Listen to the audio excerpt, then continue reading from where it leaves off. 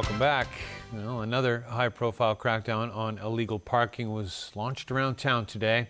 While some drivers in Central and Causeway Bay were caught off guard, others doubt if the enforcement action will solve the problem. Adam Hsu has more. This afternoon, traffic police made their presence felt on Patterson Street in Causeway Bay. They were cracking down on double parking on the 4-lane road. This man was fined $450 for failing to comply with traffic signs. Some of the drivers cried foul. She claimed she had to stop her truck because the offloading area was occupied by private vehicles. She also said she was at the wrong place at the wrong time because there's usually little enforcement here. A few blocks away, this sedan had been in a no parking zone since this morning. Shortly after officers issued a second ticket, the vehicle was towed away. Today marked the beginning of the second round of a week-long campaign against illegal parking. Earlier in Central, a line of vehicles were seen sitting along Bank Street, where chauffeurs would usually pick up their bosses. But it was this truck driver who got caught. He complained he was stuck in a restricted zone when a taxi and a private car ahead of him were dropping off passengers. The truck driver was slapped with a fine of $320. In a similar crackdown last month, police officers issued more than 40,000 tickets in just 1 week. But some people are questioning whether it's the best way to stop illegal parking. It's useless, said this food delivery worker who was just fined. It might wipe off a day's income of me, but to wealthy car owners, it's painless. This newspaper vendor on Patterson Street cheered the crackdown, saying she was fed up by the noise and heat generated by cargo dropping vans. But she lamented that while the problem was solved today, it will be the same old story again tomorrow. Adam Hsu, TVB News. The central government's liaison office director, Cheng Xiaoming, says the upcoming Legislative Council election should not be used as a platform for promoting Hong Kong's independence. Speaking at a meeting of the National Day Organizing Committee today, Zhang questioned whether allowing separatists to become lawmakers complied with the one country, two systems principle and Hong Kong's rule of law. He stressed it was not just a legal issue, but a matter of right and wrong that would go beyond Hong Kong's political bottom line and concern the city's direction of development. Customs officers have seized more than $15 million worth of suspected liquid cocaine that was hidden inside dragon fruit. Winnie Wong has more. These boxes of dragon fruits might look like there's nothing out of the ordinary at first glance, but take a closer look. Last night, Customs and Excise Department officers spent about 4 hours opening 160 boxes of dragon fruits arriving from Colombia via the UK. Turns out about 100 dragon fruits had been hollowed out and each had been injected with suspected liquid cocaine. The fruit skins would then be glued back together and hidden among untampered fruits.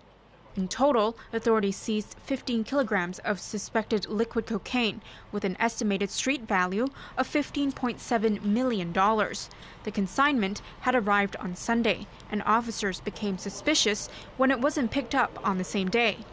A 36-year-old lorry driver was arrested when he tried to pick up the items from the airport yesterday. The Customs and Excise Department says it is rare to see drugs smuggled in fruit. Officers will continue investigating if others were involved with the syndicate. Winnie Wong, TVB News.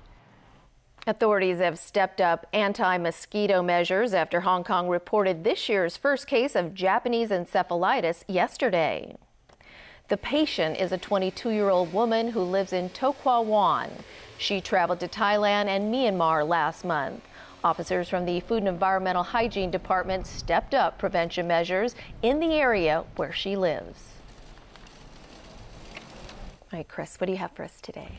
Well, we're not quite in action. We're still on the sidelines, hoping to get into action. The Russians, with just over 2 weeks until the opening ceremony, Russia still doesn't know whether its athletes will compete in the Rio Olympics. The International Olympic Committee decided yesterday to ban from the Games all Russian sports ministry officials and other administrators implicated over a state-run doping program. But ruling on Russian athletes was delayed.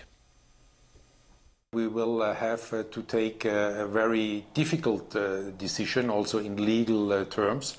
This is, on the one hand, between a collective ban for all Russian athletes and, on the other hand, the natural right to individual justice for every clean athlete in the world.